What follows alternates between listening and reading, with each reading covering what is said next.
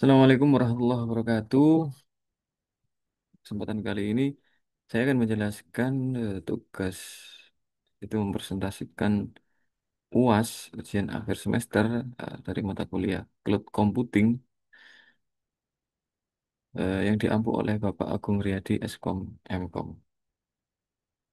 Perkenalkan, eh, nama saya Ahmad Wildan Wahyu Ramadan dengan NIM 2204010111101 dari kelas IF 701.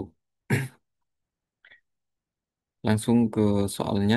Pertama di sini ada jelaskan istilah di bawah ini, yaitu ada as service, software as service atau SaaS, kemudian utility computing dan integrated network. Yang pertama di sini ada istilah dalam komputasi awan atau cloud computing. Pada modul di pertemuan 5 dijelaskan bahwa software as a service atau SaaS yaitu software as service merupakan evolusi lanjutan dari konsep ASP atau Application Service Provider. Software as Service adalah istilah terhadap software atau aplikasi tertentu berbasis internet yang ditawarkan oleh provider kepada pengguna. Dalam hal ini, provider sebagai pemegang lisensi atas software tersebut hanya memberikan servis atau layanan kepada pengguna untuk menggunakannya sesuai kebutuhan pengguna. Dengan demikian, menghilangkan kerumitan dalam hal pemeliharaan software, operasional, dan support, lisensi, maintain, support, tingkat kenyamanan dan keamanan atas software tersebut sepenuhnya menjadi tanggung jawab dari provider. Untuk utility computing itu adalah bukan sebuah, itu adalah model penyediaan layanan komputasi di mana sumber daya seperti komputasi dan penyimpanan ditawarkan sesuai permintaan. Mirip dengan cara kerja layanan utilitas seperti listrik atau air. Pelanggan membayar hanya untuk sumber daya yang mereka gunakan, tanpa perlu investasi besar di awal untuk perangkat keras. Konsep ini merupakan dasar dari layanan cloud computing, seperti infrastruktur as a service atau IaaS dan platform as a service atau PaaS. Penyedia layanan mengelola infrastruktur besar dan menyewakan kepada banyak pelanggan. Ini memungkinkan skalabilitas yang efisien. Pelanggan dapat eh, dengan mudah menambah atau mengurangi kapasitas sesuai kebutuhan mereka. Kemudian selanjutnya ada integrated network atau jaringan terintegrasi. Ini mengacu pada arsitektur jaringan di mana berbagai jenis lalu lintas seperti data, suara, dan video digabungkan dan dikirimkan melalui satu infrastruktur jaringan tunggal daripada memiliki jaringan terpisah untuk telepon, konversi video dan akses internet. Sebuah jaringan terintegrasi menyatukan semuanya. Hal ini menyederhanakan manajemen jaringan, mengurangi biaya operasional, dan meningkatkan efisiensi. Dalam cloud computing, jaringan terintegrasi sangat penting untuk memastikan konektivitas yang lancar dan andal antara sumber daya lokal, on-premise, dan lingkungan cloud. Ini memungkinkan untuk komunikasi yang efisien dan di seluruh arsitektur hibrida atau multi cloud. Yang selanjutnya nomor dua yaitu eh, jelaskan dan gambarkan arsitektur network dari hybrid cloud computing. Arsitektur jaringan hybrid pada cloud computing secara sederhana, hybrid cloud adalah kombinasi dari dua jenis cloud computing, yakni private cloud dan public cloud. Private cloud adalah cloud yang khusus dibangun dan digunakan oleh satu organisasi sehingga memiliki kontrol penuh atas keamanan dan manajemennya. Sementara itu, untuk public cloud adalah layanan cloud yang disediakan oleh penyedia pihak ketiga dan dapat diakses oleh banyak pengguna melalui internet. Dalam hybrid cloud, kedua jenis cloud ini diintegrasikan dalam satu sistem yang memungkinkan perusahaan untuk memanfaatkan kelebihan masing-masing. Terdapat beberapa model implementasi yang dapat diberikan oleh hybrid cloud provider pada umumnya. Beberapa model implementasi hybrid cloud dibuat berdasarkan kebutuhan tiap user dan kondisi cloud yang dimilikinya. Beberapa macam model implementasi hybrid cloud diantaranya yaitu ada 4 pada gambar ini. Hybrid cloud menggabungkan infrastruktur on-premise dan dengan public cloud, yang kemudian menggabungkan private cloud dan hybrid cloud dan public cloud. Kemudian ada menggabungkan infrastruktur on-premise, private cloud dan public cloud. Kemudian ada menggabungkan on-premise dengan lebih banyak dari satu public cloud. Yang pertama, untuk menggabungkan infrastruktur on-premise dengan public cloud. Yang dimaksud dengan infrastruktur on-premise ini adalah infrastruktur yang dikelola secara mandiri tanpa menggunakan teknologi cloud pada suatu perusahaan. Contohnya adalah dengan memiliki data center on-site yang dikelola sendiri. Infrastruktur ini juga eh, biasa disebut dengan infrastruktur legasi. Infrastruktur on-premise kemudian disambungkan dengan public cloud yang didapatkan dari public cloud provider terpilih. Yang kedua ada menggabungkan private cloud dan hybrid cloud. Model ini diperuntukkan bagi sebuah perusahaan yang hanya mengandalkan teknologi cloud. Dari private cloud maupun public cloud, model diimplementasi ini biasanya digunakan oleh perusahaan yang sebelumnya telah mempunyai private cloud atau hybrid cloud dan membutuhkan benefit dari jenis cloud lainnya. Tapi bagi perusahaan yang sebelumnya tidak menggunakan teknologi cloud atau masih menggunakan infrastruktur on-premise juga dapat memilih model ini. Cloud Engineer akan membantu mengubah infrastruktur on-premise menjadi private cloud terlebih dahulu, lalu membuat desain untuk menggabungkannya dengan public cloud. Yang selanjutnya ada menggabungkan infrastruktur on-premise, private cloud, dan public cloud. Beberapa perusahaan memilih untuk tetap mempertahankan infrastruktur on-premise-nya dengan alasan keamanan, efektivitas, dan lain sebagainya. Solusi yang didapat diberikan oleh cloud provider pada umumnya adalah dengan menggabungkan ketiganya yaitu infrastruktur on-premise, private cloud, dan public cloud. Yang selanjutnya, menggabungkan infrastruktur on-premise dengan lebih dari satu public cloud. Setiap penyedia layanan public cloud memiliki kelebihan yang berbeda. Selain itu, tujuannya pemilik bisnis ini mempunyai lebih dari satu hybrid cloud adalah menggunakannya untuk tujuan yang tidak sama.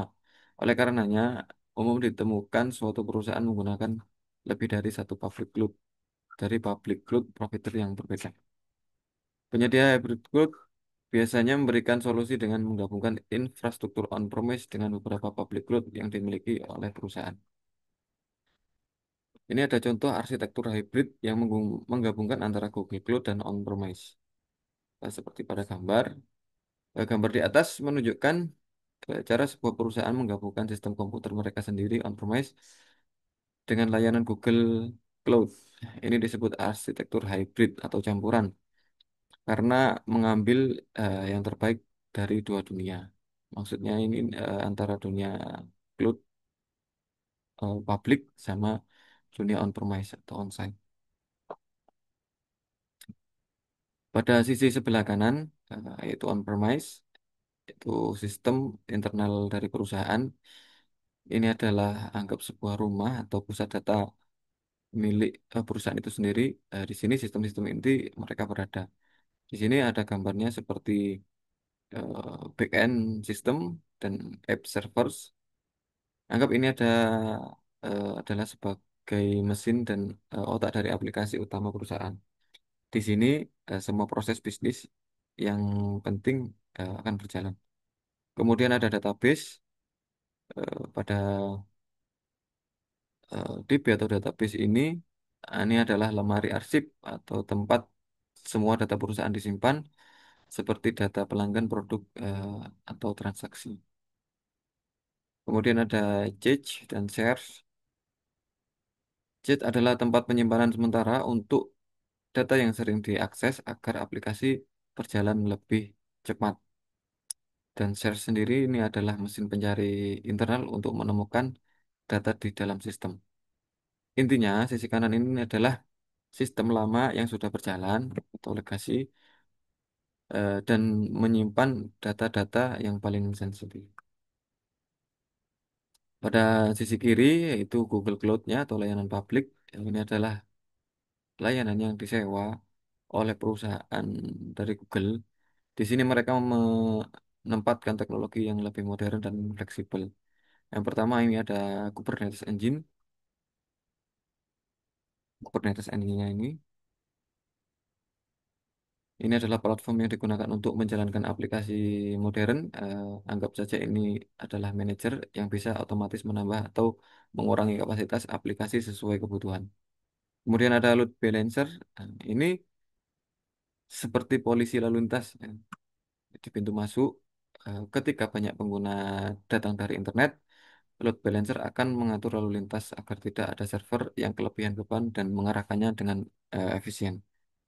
Kemudian other service ini menunjukkan bahwa perusahaan bisa memakai banyak layanan lain dari Google Cloud sesuai kebutuhan mereka.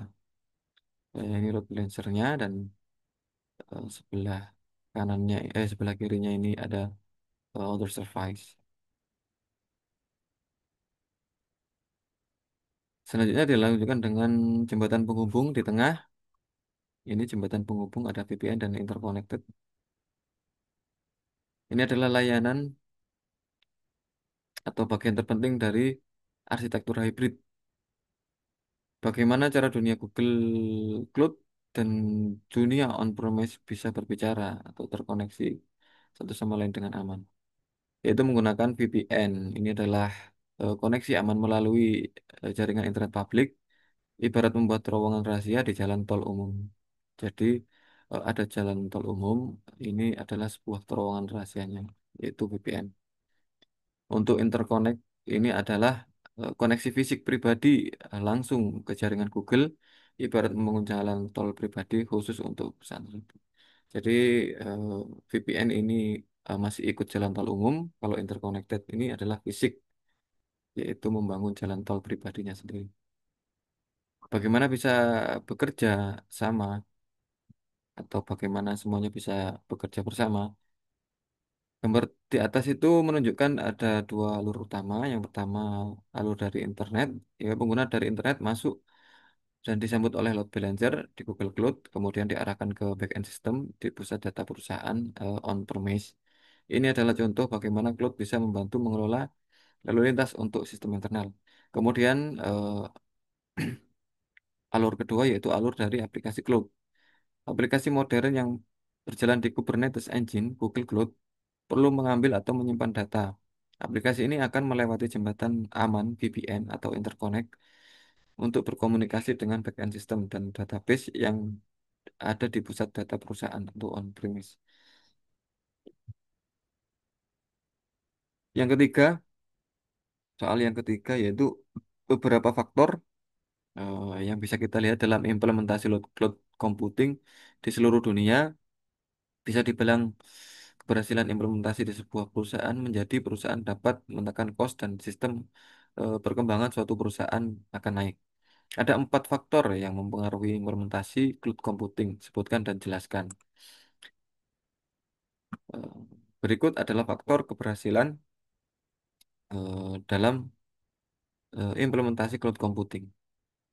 Pada modul pertemuan ke-11 dijelaskan beberapa faktor yang bisa kita lihat dalam implementasi cloud computing di seluruh dunia. Bisa dibilang keberhasilan implementasi di sebuah perusahaan menjadikan perusahaan dapat menekan kos dan sistem perkembangan suatu perusahaan akan naik. Ada 5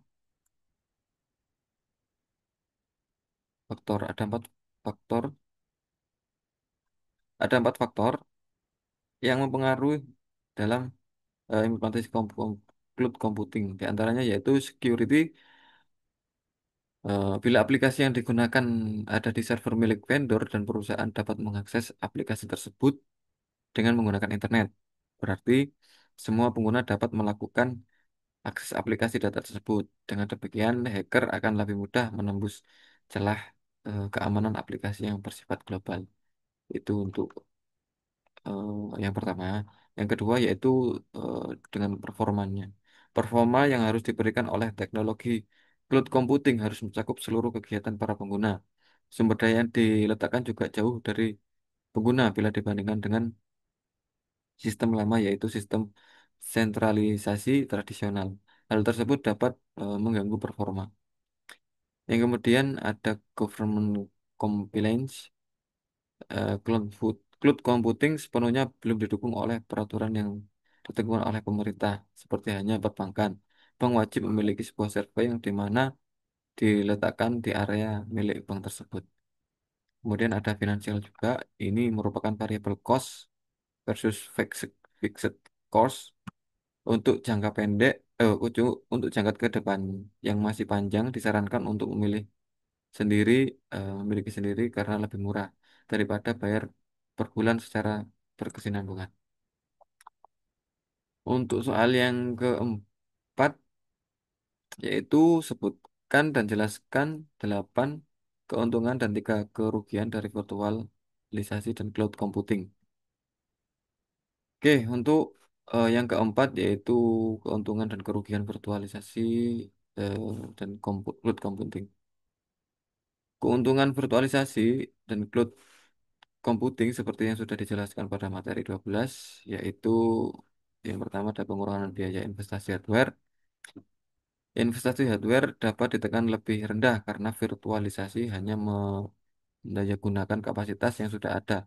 Tak perlu ada penambahan perangkat komputer, server, dan periperal secara fisik. Kalaupun ada penambahan kapasitas hard disk dan memori saja.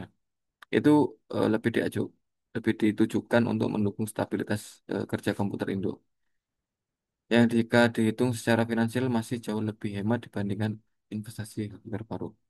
Kemudian ada tentangnya ada kemudahan backup dan recovery. Server-server yang dijalankan dalam sebuah mesin virtual dapat disimpan dalam satu buah image yang berisi seluruh konfigurasi sistem. Jika satu saat server tersebut crash, kita tidak dapat melakukan instalasi dan konfigurasi ulang, cukup mengambil salinan image yang sudah disimpan dan merestore data hasil backup terakhir dan server berjalan seperti sedia kala.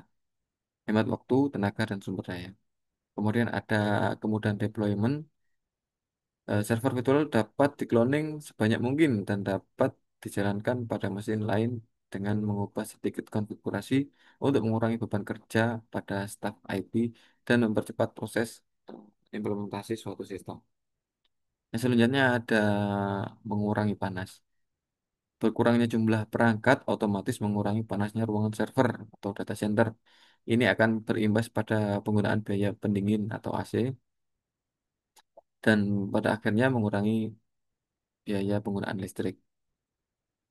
Kemudian ada mengurangi biaya space, ya semakin sedikit jumlah server, berarti semakin sedikit pula ruang untuk menyimpan perangkat. Jika server ditempatkan pada satu co-location server atau data center, ini akan berimbas pada pengurangan biaya sewa. Kemudian ada kemudahan maintenance dan pengelolaan. Jumlah server yang lebih sedikit otomatis akan mengurangi waktu dan biaya untuk mengelola. Jumlah server yang lebih sedikit juga berarti lebih sedikit jumlah server yang harus ditangani. Yang ketujuh ada standarisasi hardware. Nah, virtualisasi melakukan emulasi dan enkapsulasi hardware sehingga proses pengenalan dan pemindahan suatu spesifikasi hardware tertentu tidak menjadi masalah. Sistem tidak perlu melakukan deteksi ulang hardware sebagaimana instalasi pada sistem komputer fisik. Yang kedelapan yaitu kemudahan replacement. Proses penggantian dan upgrade spesifikasi server lebih mudah dilakukan. Jika server induk sudah overload dan spesifikasinya tidak mencukupi lagi, kita bisa dengan mudah melakukan upgrade spesifikasi atau memindahkan virtual machine server lain yang lebih powerful. Kemudian untuk kerugiannya yaitu ada tiga, ya satu pusat masalah, virtualisasi bisa dianalogikan dengan menempatkan semua telur di dalam satu keranjang. Ini artinya jika server induk bermasalah, semua sistem virtual machine di dalamnya tidak bisa digunakan. Hal ini bisa diantisipasi dengan menyediakan fasilitas backup secara otomatis dan periodik atau dengan menerapkan prinsip failover atau clustering. Yang kemudian kerugian yang selanjutnya ada spesifikasi hardware, yaitu virtualisasi membutuhkan spesifikasi server yang lebih tinggi untuk menjalankan server induk dan mesin virtual di dalamnya. Yang selanjutnya ada satu pusat serangan, di mana penempatan semua server dalam satu komputer akan menjadikan eh, sebagai target serangan. Jika hacker mampu menerobos masuk ke dalam sistem induk, ada kemungkinan ia mampu menyusup ke dalam server virtual dengan cara menggunakan informasi yang ada pada server induk. Mungkin itu saja yang bisa saya sampaikan. Jika ada salah kata, saya mohon maaf. Eh, saya akhiri. Assalamualaikum warahmatullahi wabarakatuh.